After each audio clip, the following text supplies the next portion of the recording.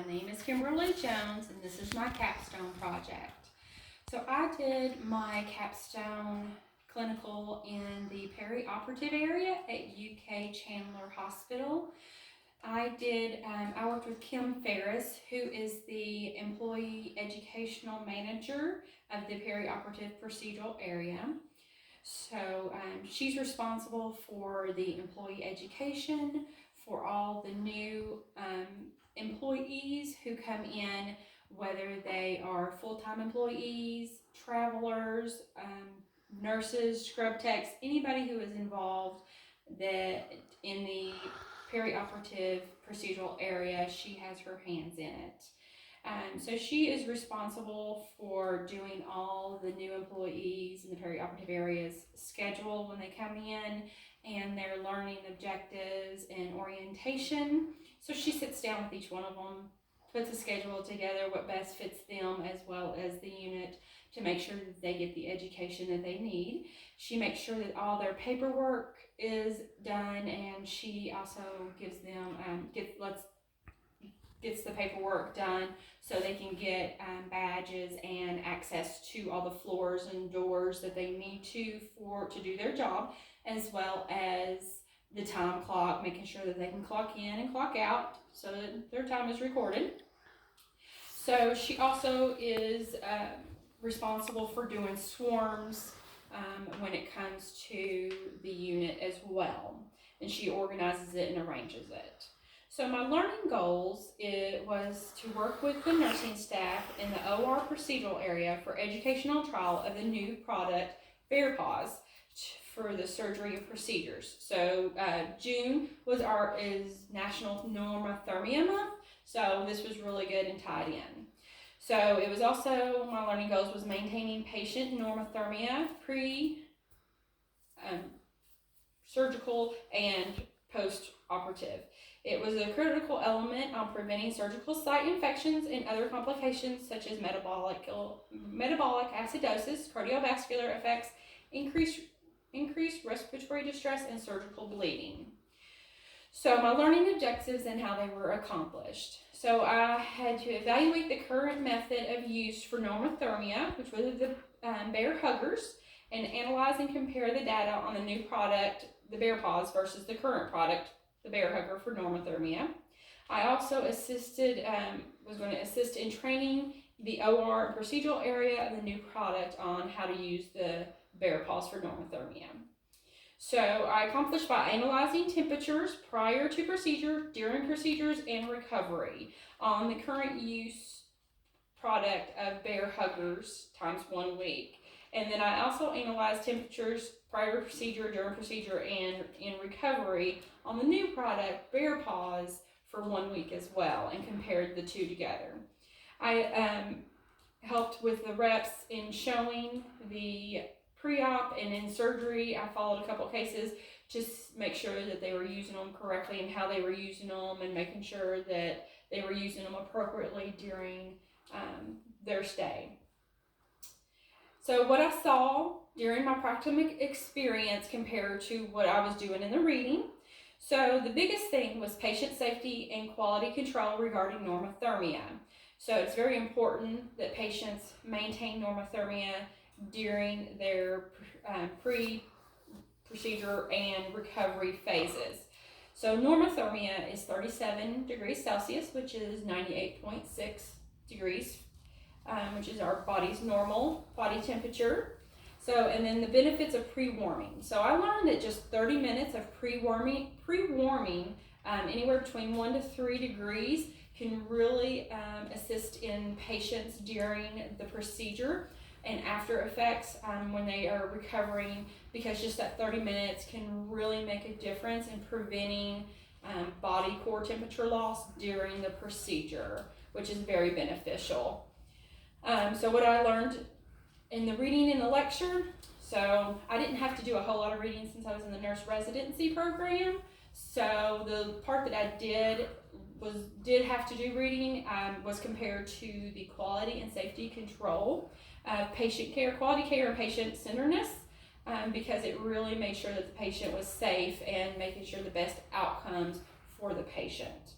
So I also observed my preceptor scheduling swarms, which what she does is anytime there is an incident or a patient, there is an incident, like a patient gets burned or something happens, she sets up a swarm. So therefore she invites people, she gets it all together, she gets all the information so they can collaborate.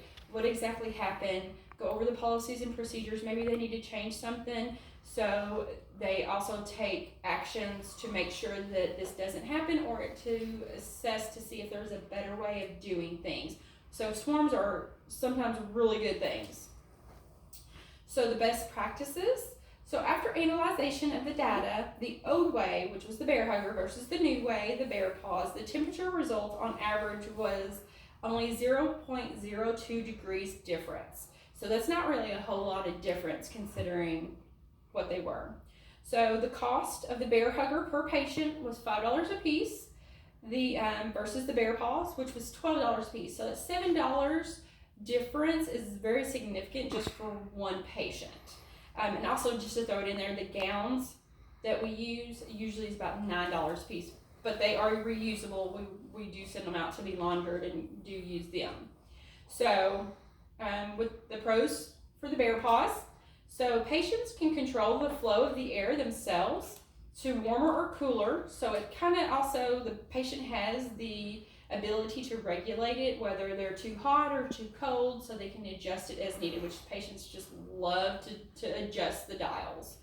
So it also, one of the other pros is it covers more of the body. So it fits them almost more like a gown, where the bear hugger is just like a blanket. So the bear paws is more of a gown. They have armholes, they have different spots where they can hook the machine into, so therefore their body gets more of the heat, whether it's just not in one area.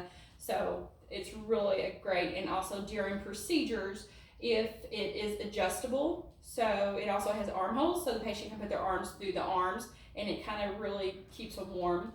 So if they're doing an upper part of surgery, upper body part, it can fold down and it tapes, so there's a secure, so the airflow doesn't get lost. And if it's a bottom part, it folds up, and so it doesn't get, the airflow doesn't get lost. So the body that is not being worked on is able to maintain normothermia to help regulate the rest of the body as well.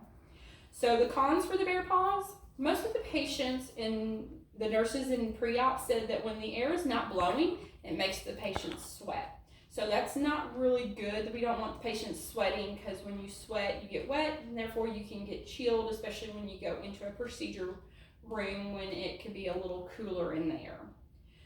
So the new blower was also not formulated to be able to go into the ORs. It doesn't, the filter system is not regulated to go into OR procedural areas. So they still have to keep the old bear hugger system and it still works with the bear paws, but they have to keep them, so because that's the only thing that they can use during the procedure in the ORs.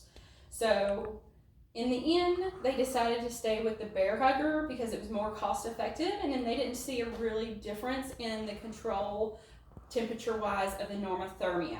So they would be more out of pocket and cost the patient more, so therefore they're staying with the bear hugger.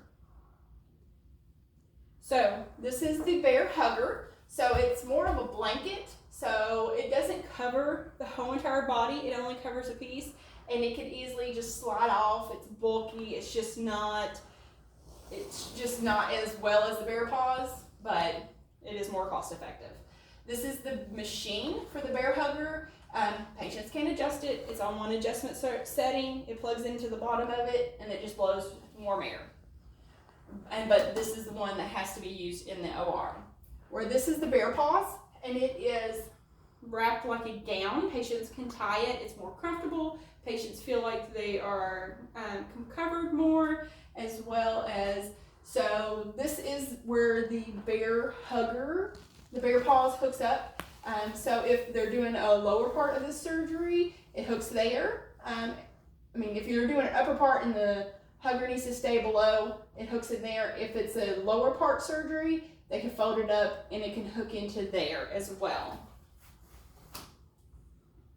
And then this is the blower for the bear paws. This is the temperature control setting. It is definitely smaller, it's more sizable. It's not quite as bulky, so it can be easily more portable. These are some other products that are used. We also use them currently at Chandler UK Hospital in the perioperative area, but also this is what a lot of hospitals currently use as well.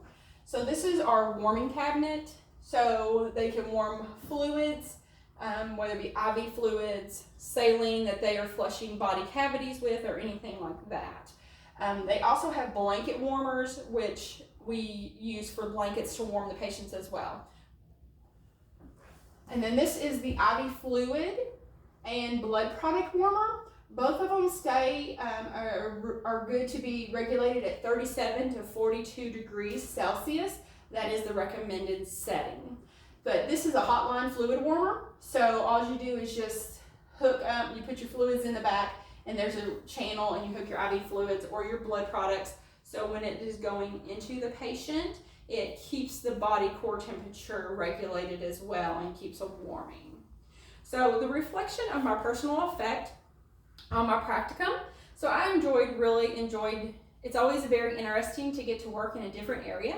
Sometimes when you're in one area, you don't always get to see everything, and I work in endoscopy. So I'm in somewhat of a procedural area, but to see the difference in the perioperative area versus the endo procedural area, it was very educational. I learned a lot. I learned how some things were differently and how maybe we can improve our normothermia in our unit as well. So my preceptor was very educational. I really enjoyed working with her. She taught me a lot about education and the importance, and it may be something, that I'm interested in, and maybe one day I might go into education as well, because it was they did so much more than I ever expected.